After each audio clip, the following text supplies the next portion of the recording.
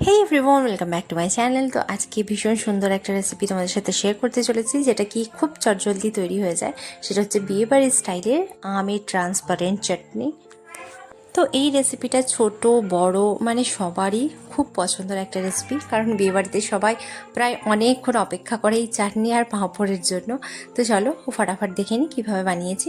তো এখানে একটা স্টিলের পাত্রই 1 গ্লাস জল নিয়ে নিয়েছি, লবণ দিয়ে দিয়েছি, আর আমগুলোকে না ছোটো ছোটো কিউবস কাট করে নিয়েছি। তো আমগুলো দিয়ে দিলাম, তার মধ্যেই দিয়ে দিব অল্প কিছু পরিমাণ কাজু ও কিশমিশ, যাতে কাজু কিশমিশটা সফট হয়ে যায়। তো হার্ডলি 1 মিনিট লাগে আমটা সিদ্ধ হতে। তো এখানে দেখতেই পাচ্ছ আমটা সিদ্ধ হয়ে গেছে। তো আমরা এটাকে এখন ড্রেন করে নেব। তো জলটা ঝরিয়ে নেব আমের।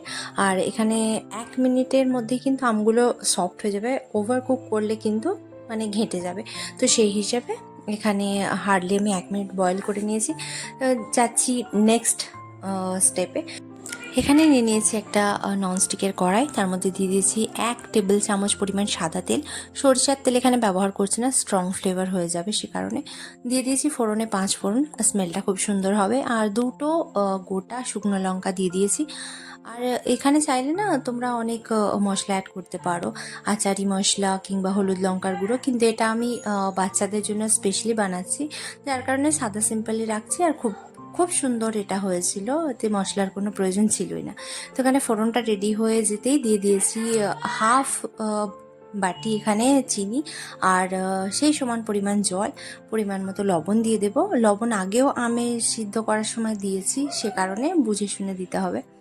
তো এখানে দিয়ে দিয়েছি। আর এইটাকে না মানে কোনো 1 তার 2 তারের কোনো শিরা তৈরি করার প্রয়োজন নেই। জাস্ট চিনিটা বয়েল হয়ে গেলে মানে ডিজলভ হয়ে গেলেই কিন্তু রেডি হয়ে যাবে। তারপরে দিয়ে দেবো বয়েল করা আমগুলো। তো আমটা দিয়ে দেওয়ার পরে 2 থেকে 3 মিনিট মিডিয়াম টু হাই ফ্লেমে কিন্তু কুক করলেই চাটনিটা একেবারেই রেডি হয়ে যাবে। এর থেকে বেশি সময় কিন্তু লাগবে না।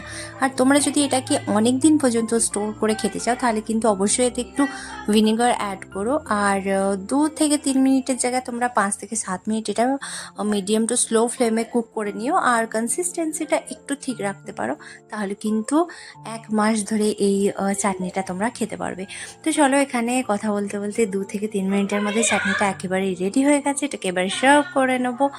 আর দেখো তোমাদের কেমন লাগলো ভিডিওটা অবশ্যই কিন্তু কমেন্টে জানিও। আর বাড়িতে অবশ্যই বানিও। আর ছোটদেরকে ইমপ্রেস করো, কারণ ছোটোবেলায় আমরা না মানে যদি জানতে পারতাম ভাতের সাথে চাটনি আছে বা খিচুড়ির সাথে চাটনি আছে, তাহলে কিন্তু আমাদের অনেক অনেক বেশি খুশি হতো, খাওয়ার প্রতি অনেক বেশি অ্যাট্রাকশন আমাদের বেড়ে যেত। তো বাচ্চাদের ইমপ্রেস করার জন্য অবশ্যই এটা বানাতেই পারো বাড়িতে।